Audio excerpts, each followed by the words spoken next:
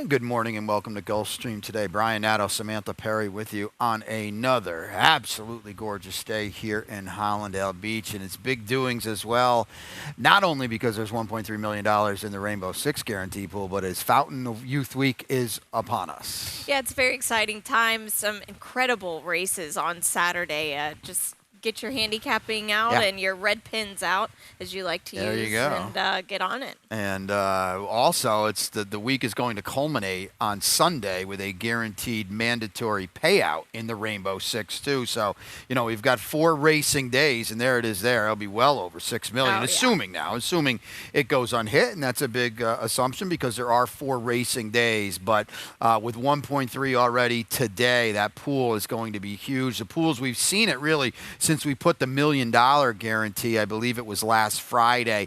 It just feels like the betting has really been upped quite a bit. 400,000 on Saturday and Sunday they bet into it. Yeah, and it starts early today with just an 8-race card.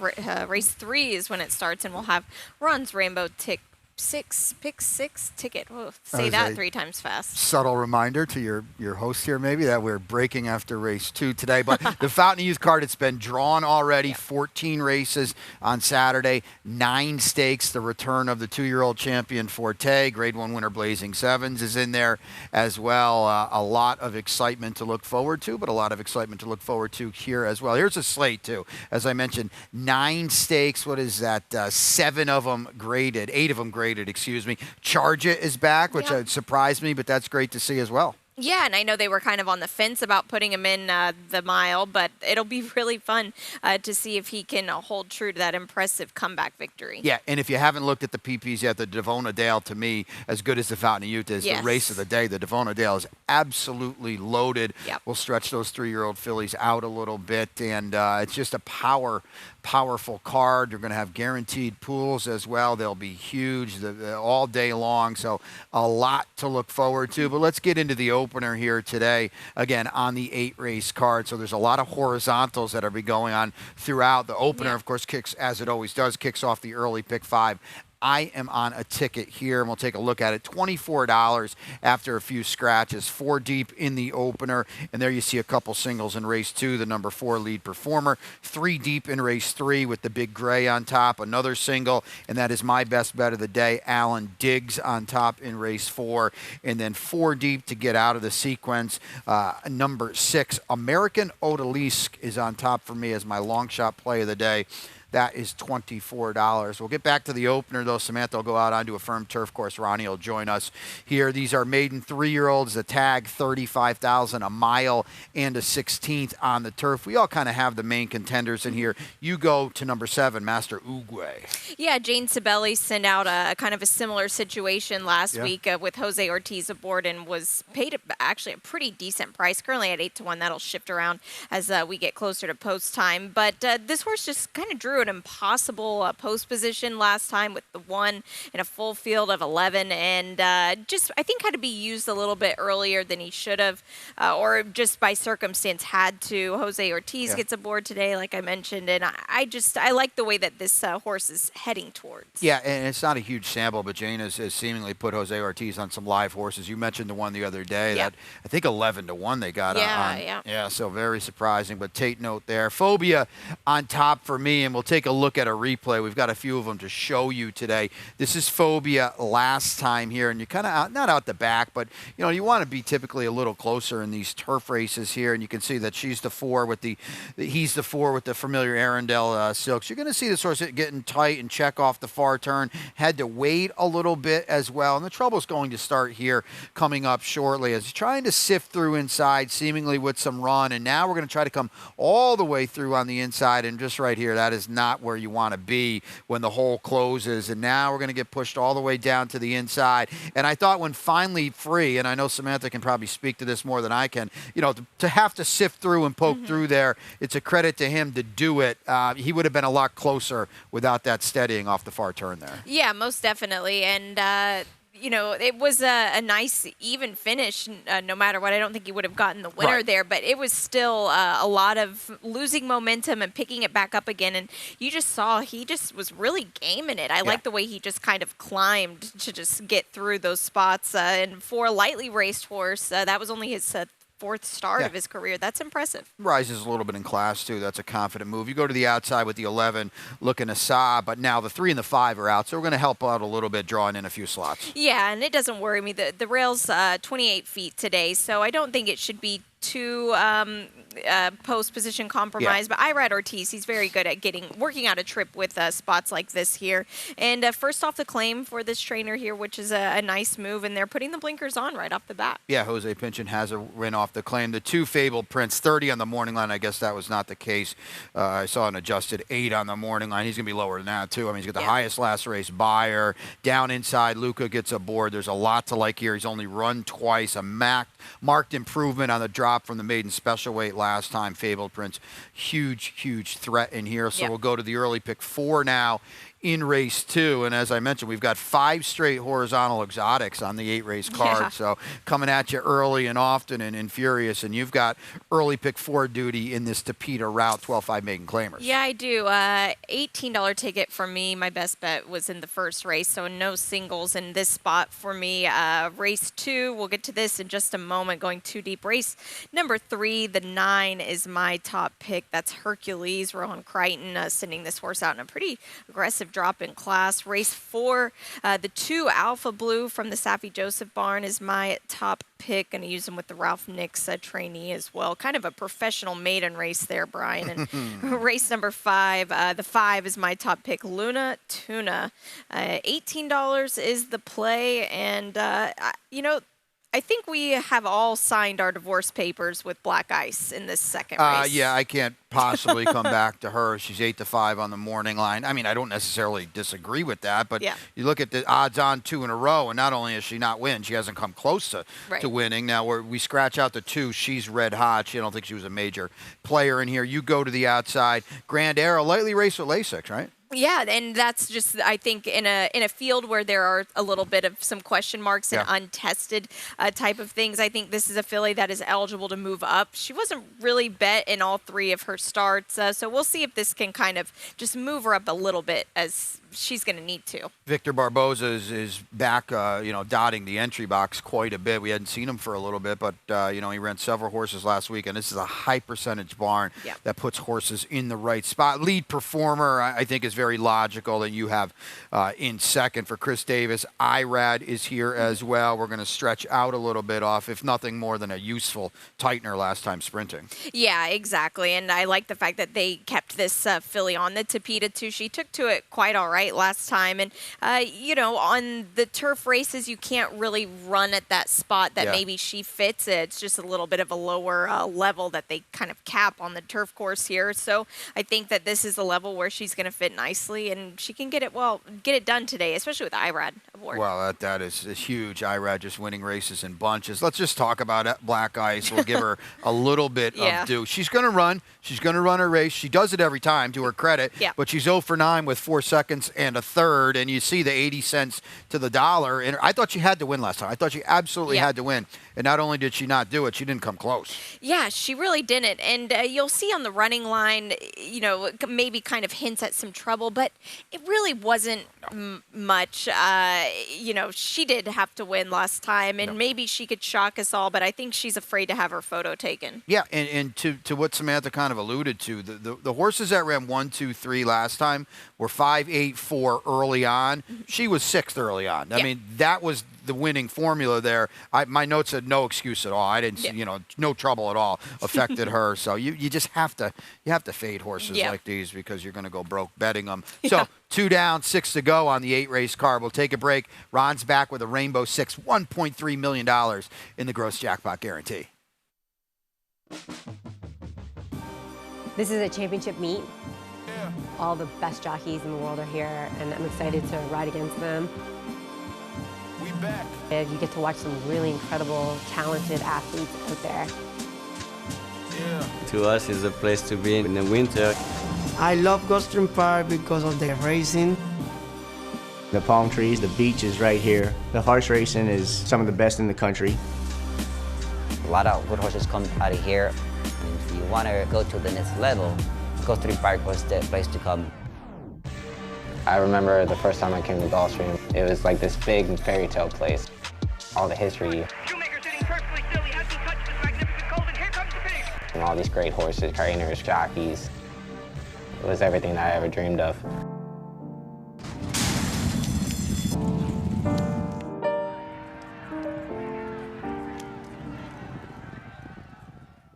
And welcome back to Gulfstream today. Brian and Samantha with you on another beautiful day here in Hollandale Beach. We kick off Fountain of Youth Weekend. Of course, that huge card on Saturday. We just showed you the 9 stakes, 14 races, 11 a.m. post too. We'll remind you early quite often about that. But 6 races left on the Wednesday card, and the big doings here. It's Rainbow 6-time. $1.3 million in the gross jackpot guarantee. Ron Nicoletti will be up, and he's got a ticket.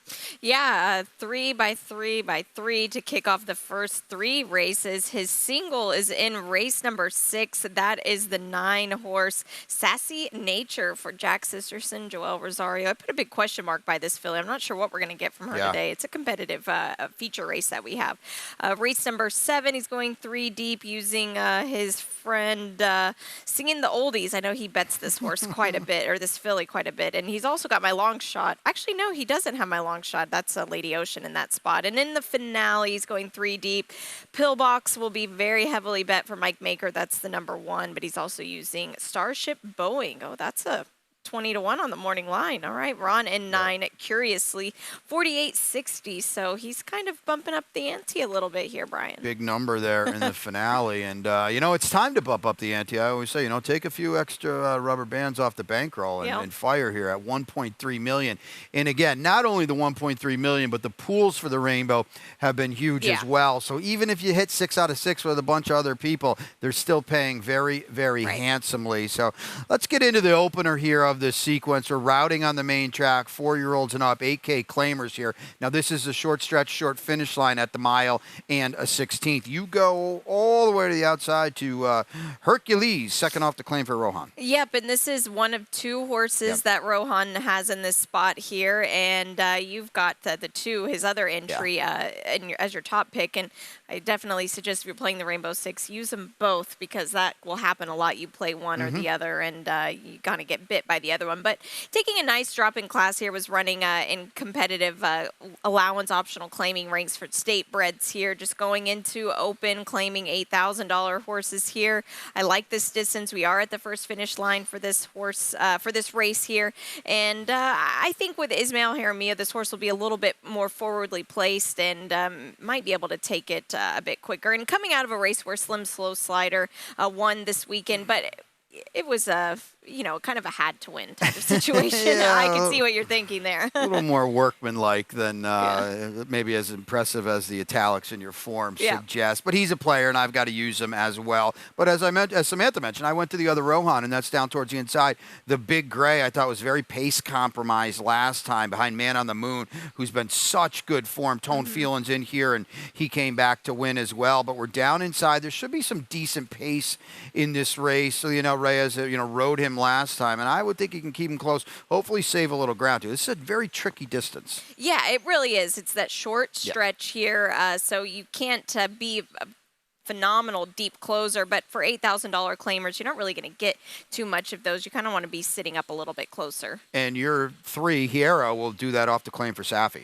Yeah, and, you know, the little bit of a layoff concerns me just first off the claim. This is a barn that kind of wheels him back within a month or so, but hopefully they've got the kinks kind of worked out of this horse here, and I ride Ortiz jumps aboard. Did rise him in class, which at least is a positive sign off that little bit of a freshening. So now we're late pick 5 in race number 4. We're sprinting on the Tapeta. It's a maiden optional claimer. The floorbreds don't have to enter for the $40,000 tag. And as I mentioned, late pick 5 means Samantha has a ticket in that one. Yeah, I do. $45 is to play my singles right at the end here. We're going to get to this race in just a second. Race 5, my top pick is Luna Tuna, race number 6. This is a very tough 5-furlong sprint race. The number 10, though, Sure Can. I think that this is a filly that's just getting better and better. I'm going to use her. as well as a couple others to kind of cover myself some. Race number 7, the 4 is my long shot of the day. Lady Ocean coming from the Gustavo Delgado barn. Going to see how that Kentucky form holds up here off of a bit of a layoff. And ending the whole shebang with Pillbox, the one horse in the finale. I think that this is just the horse to beat here, and I needed to get a single, and this is where I went. And a relatively, I think, easy maiden. Yeah, the finale's, I'm not going to call it a match race, but it's either the 1 or the 9 probably. And to Samantha's point, if she Dutches them now, she's up to $90. Yep. Can't really do that. Maybe you play one stronger than the other if you're a little more condensed. But we'll talk about it in a second. But back to the 4th here. It's an interesting race. I guess I'll lead it because I have my best bet in here of Alan Diggs for Billy Therinos and Irad, who both of them, together and apart, have been doing such good things here, not only throughout the championship meet, but I feel like they've really upped the ante a little bit late. This horse has run 6 times in the maiden special weight ranks. It hasn't worked out. He's run well in spots, not in others, but on the drop with speed today, to me, it's kind of the old all systems go angle. Yeah, it is. And, this horse has no Tapeta form, but has worked over this Tapeta track here, which you do like to see. A very quick workhorse in the mornings, as you can tell from just the bullets that he's got here. I think maybe the reason I was a bit hesitant on this horse, Brian, is just because hasn't actually raced on the Tapeta, but, sometimes it just doesn't really matter. No, and the speed plays. I like this post as well. So, in a race where you could use one or use several, that's the approach I took. You're towards the inside with Alpha Blue, who the sprint race on Tapeta was by far his best. Yeah, exactly. And I'm hoping he can run back to that. They tried him stretching out, then cut him back onto the dirt. Sometimes you just have to put these horses in when these races come up. Blinkers on for the first time for this gelding, which you like to see as well. And Safi Joseph, he's good with these types of moves. We both have some interest in the 7, Awesome Crusader, but I don't know if he's Jerry's Turn's little brother or what, but he's 0 for 17 with 9 seconds. Yeah, that's a tough one to play here. I'm going to hope that the little bit of a freshening angle will help him out some with this. Ralph Nix is good with running one that's a bit fresh. And then you mentioned Jerry's Turn. It's never his turn, it seems like. It's never his turn. Well, let's give him a little street cred, though. We're going to show the replay. We still haven't figured out why, but he was a steam horse last time at 2-1, which we couldn't believe it. I mean, this horse is 0 for 24 going into this race. To his credit, he's the one. He had some trouble down there. He ran well. He came through. He was 6, but he was beaten less than 2 lengths. But this is Jerry doing what he's doing. This is why he's 0 for 25 with 14 seconds in thirds. Yeah, and it's funny because in that replay, you see him going through a tight spot. He gets himself through it, and then he panics like, oh, no, maybe I don't want to be here, and then just doesn't finish off, which is usually it goes the opposite way. So, you got to give him credit because he's picking up the owner, Seagull Capital's a check every single time. He just can't get it done. I've watched this horse multiple times at Monmouth over the summer, and it was just after the first time I said I can't do it anymore with this horse on top. No, and he's sprinting now, and he's cutting back, and he's inside, and we'll see. But they bet him off the board last time. The trouble certainly didn't help, but with Jerry, you kind of get what you get, and that's a reason I think we're all at least putting him a little bit underneath, and I wasn't using him on my ticket. Now I've got another ticket in race 5 because this is late pick 4 time. This is a maiden claimer. 25 is a tag. 6 furlongs on a fast main track, and we'll take a look at my ticket here. The 1, Botita, is out, and I used that one, so I scratched down to 4. Just an $8 ticket for me. We'll get to this race in a second. 59 is my order with alternate rock. 71 in race number 7, Sistren. And then again, back to what Samantha and I talked to, you're using Pillbox or you're using Curiously. I could have used them both for 16. I don't think that does any of the bettors any favors to give that out. So we'll use the maiden special weight drop, or certainly Pillbox is the main danger, or vice versa. Back to the 5th here, though. This is a tough race to me. We'll see what you went with here because I was spreading 5 deep. Now you go to number 5, Luna Tuna. Did you have Botita in your mix at all? No, I did Okay. not. I did. That's a nice filly, and I think maybe in the horizontals it would be worth playing. Yeah. But Luna Tuna, yeah, she's 0 for 6, but she gets there every single time. Just runs a pretty game race, and I like that they're keeping her on the dirt here. Felt like she was pretty effective at that. She had to send last time, being that one post position. She gets a little bit more options now, just 3 inside of her with the scratch of the 1. But she also, I think she has a problem with switching leads, Brian, and that's what worries me just a tad. I don't know if I can't imagine it's a fitness thing.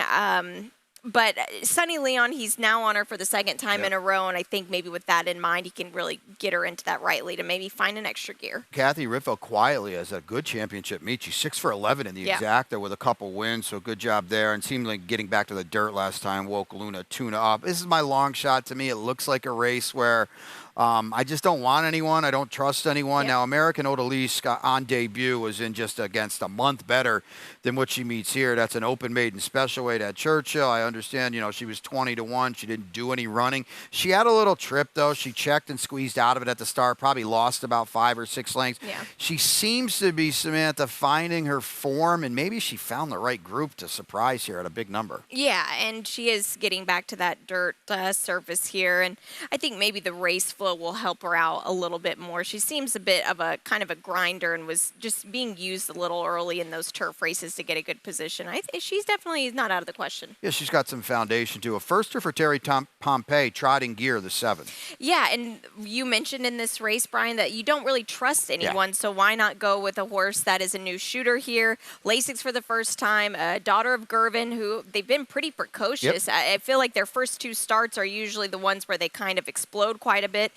They have this horse in for $25,000. They sold this horse. They bought this horse for $12,000. Yeah, so it's not like they're, it's completely, a huge loss. I mean, it still is a little bit, but solid foundations. And I think Terry Pompey can be a bit sneaky with this move. Yeah, she can. The stats don't really allude to it because she's 0 for 6. But again, the stats refresh every year. And Terry's is a trainer that can pop at first asking. Sugar Sin is fine, too. And we've got her in our mix. But my worry was Claudio Gonzalez. Didn't really get any improvement out of her, so we'll see what we get today. Yeah. It's a tricky race, several different ways you can go in there. We'll start the late pick 3 in the 6th here. We're on a firm turf course, sprinting 5.5 and an optional claimer. These are 3-year-old fillies, the tag 75. Tricky race all the way to the outside. For sure can. The steam horse, 2 back, got it done last time. Yeah, sure can. And the horses coming out of that maiden race have been running all right, too. I like the fact that this filly doesn't need to be in front. I think she's learning a lot as well. She matured a lot from that start on January 8th to January 27th. I think she can only go up from there. Like we mentioned last week, who's doing better than Brian Lynch right now at keeping these horses in good form. And this is going to be a fast race. So 21 and change, I'm positive, for the opening fractions. And I think with this outside post, it's going to play really well for her. It should. I mean, she's drawn well because she has the speed, too, to get position. I kind of thought she had to win last time, and she was all out to do it. But, lightly racing, improving. And the good thing for her, too, we'll talk about the 9 next because she kind of maybe holds the aces in this race. She's got the speed where Short can maybe follow her a little bit. She's a player. I didn't know what to make of her. She faced males last time. She's a Calbred. Now she's in open company. First start for Jack Sisterson. Yeah, and kind of an interesting play here, almost like they spotted this horse here. Been working at Santa Anita, so the course is always a question mark here. And the ship, that's a long trek here, and how to work at Santa Anita on February 23rd. So if you want to take that into consideration, it's a long ship.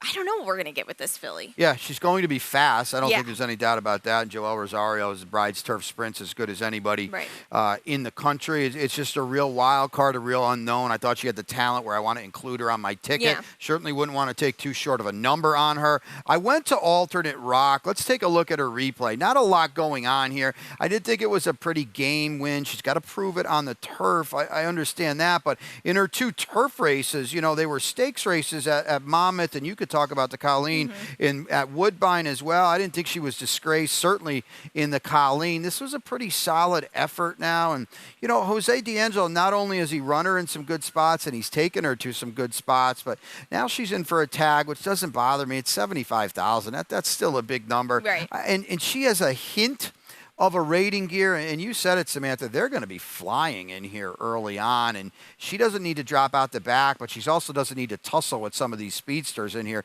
She could trip out nicely. Yeah, she could, and I like how she's pretty game, too. That Clay Soldier who we're watching on her outside, that's a pretty impressive horse as well. So, and she's a filly that, you know, at the Monmouth race, the Colleen Stake, that's a very speed-favoring turf course, and she just kind of had to chase those quick fractions, 21 and 44 that day, and she was still able to find a little bit in the tank. So I do agree with you there. And you just saw the replay, too, and I know Samantha will agree with me. It's not easy to come into on the rail and pass horses. You got to upgrade her just a little bit for that kind of effort, too. So we'll see what we get. It's a tricky race to kick off the late pick 3, and, you know, especially with the newcomer or sassy nature, you don't necessarily know what you're going to get with her. Now, the late double kicks off in race 7. This is a starter optional claimer for the 3-year-old fillies. Will sprint 6 furlongs on the main track. Lady Ocean, did you say this was your launch out today? Yeah. Okay. This is 8-1 on the morning line. Gustavo Delgado is the trainer here. Getting this horse off of a Kentucky kind of campaign here. Getting Lasix for the first time. Daughter of Run Happy here. You know, that race at Churchill, I get it. It was a restricted race, which means so usually horses, if they've sold or if they've RNA'd for a certain amount, they're eligible to race in that. So it's not like she was facing $1.1 million purchases here. But I think that Churchill's, it can be a tough track to win at first out, especially going that 5 furlong distance.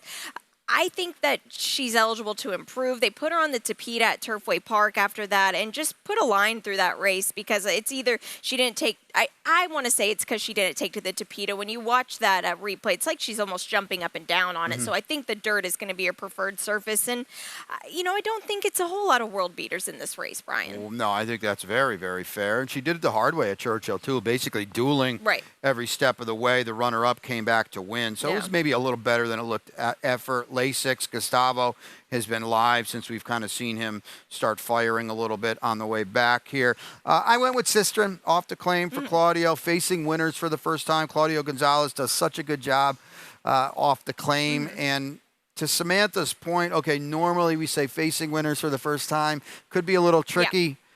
We're not scared of anyone in here. Yeah, no, you really can't be. And this is a filly that she ran really well off of that not so great beginning last time. She just reared up in the gate and the jockey just stepped off and she did her own thing. Claudio's very good at this first off the claim move at 27%. That's pretty nice. But I guess my biggest issue with her, Brian, was that was a light race that she beat. And then you look at her race previous to that, although she didn't finish, but that she's ran against twice. Boy, she's in Friday, I think. Yeah, so I just worry about, you know, how good was it. But maybe she's just getting on the right track to finish things up. Yeah, we'll see. She's drawn well, too, which I think is important. There's some speed to her inside. Singing the Oldies, Steve Glaceris off the claim. Ran well last time for 16 in a group that probably similar to this. Yeah, exactly. And I think 2 of her best races came on the dirt. So I think she's another one that's kind of improving. In races like this, you kind of want a horse that's 5 starts or less and just really can have opportunity to move up. Yeah, you don't want to see the losses start adding up too much. Now, the finale is race 8 today. We are on a firm turf course. It's a maiden optional claimer here. The tag is 40. Again, the Florida breds don't have to be in for it. A mile here, and I think that is significant because Pillbox, who I know is your single, off the maker claim is down inside where Curiously is outside. That is not ideal. Blinkers on, maker 21% off the claim on a lightly raced and seeming improving filly. Yeah, you couldn't say it any better than you just did, Brian. Irad Ortiz stays aboard here. You know, I thought this horse probably should have won won last time. But I think he's just going to get that just extra move that he needs. And, you know, this horse was training at Palmettos. I always kind of think that horses coming from that training center need an out. So now has a race over this course, has already had a work over this Gulfstream Park dirt as well in the care of Mike Maker. I think some right things are going in the right direction here. No, I totally agree. The 5 and the 7 are out. They weren't players here as well. Now, curiously, the discrepancy between Pillbox and Curiously is not 9-5 and 7-2. It's probably more like 8-5 and 9-5. Yeah. They're going to bet Curiously hard. I can't possibly imagine she's close to 7-2 in here. We got a maiden special weight dropper for Graham Motion up at Keeneland in Churchill Downs. This is a seismic drop. Yeah, it's huge. And these were tough horses that she was facing as well, and a marathon distance, which, you know, I can't really figure out if this is the distance that she wants. I almost feel like it might be a little sharp, like she might run out of ground here, Brian, and that was why I vied against her just as far as early foot goes. And then to the point I mentioned earlier, training at Palmettos, coming off a bit of a layoff, might just need a tightener. But that being said, with the distance, it being maybe a bit sharp, maybe the fitness level will be there. Right. And Graham's 30% from a 37-horse sample off this kind of break. To me, you know, she's not in here for 40 to get a tightener. She's in for 40 to run because you see the 4 maiden special weights. Okay, she's not a maiden special weight filly. Let's try to get one for 40. We'll see what we get today. To me, it's her or not. And again, we talked about this. Let's not use them both because you double your ticket from there. We do have Downhurst in the mix, but she's looking up. Well, she's got 4 lengths to make up on Pillbox. Yeah, she really does. And, you know, they've kept her at the same level, which is good to see. There's not a drop here because at least she is picking up a check at this level and a decent purse size as well. But still, she just always runs the same race, and you'll probably get her at 3rd or 4th. Right, and she's 0 for 9 with 4 thirds. She was 4 lengths behind Pillbox last time, who's probably improving, and now we've got Curiously. Point being, you probably want to use her underneath in your horizontals and not on top, underneath in your verticals, not on top of your horizontals. So that's it. 8 races today, 1.3 in the Rainbow, which kicks off in race 3. Now, don't forget that, too. Ron will be up in a second. But before we leave you, we'll take a look at our lightning round. And as we do each and every Wednesday here, we'll take a look at the standings. Now, nothing has changed at the top except the gap.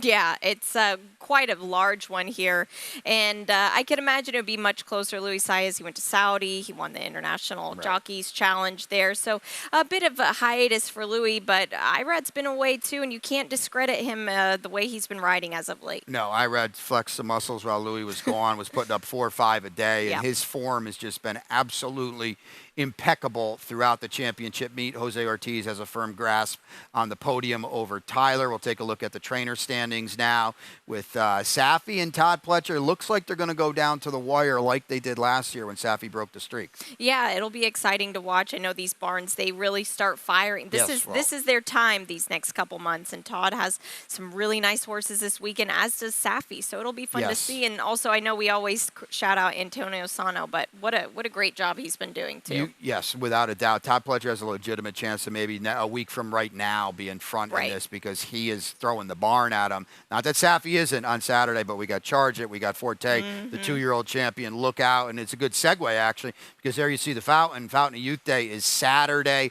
The Monster 14 race card. We drew it last week. There's, you know, get involved. There's no excuses now. Here's Forte 7-5 on the morning line as he makes his 3-year-old debut. Yeah, this will be a really fun horse to watch. Got to spend some time with him this weekend.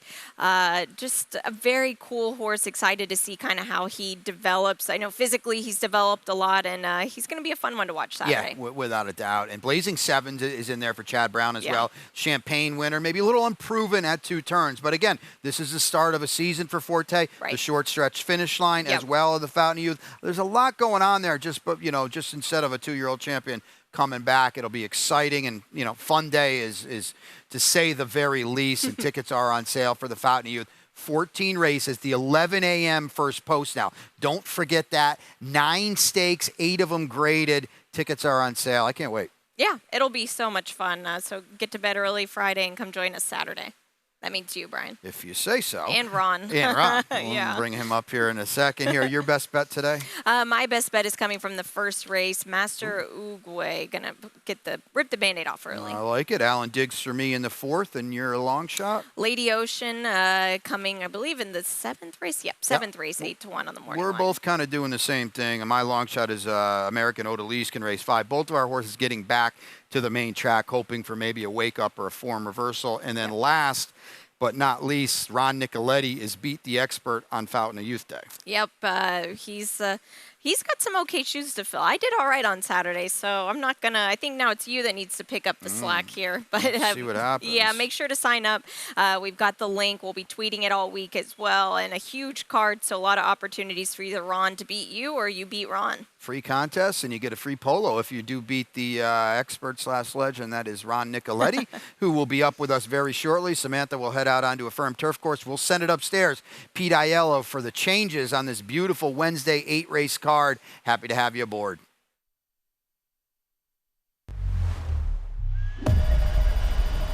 Introducing the first racing tool from Pegasus to Preakness. Iconic venues. World-class racing. Millions at stake.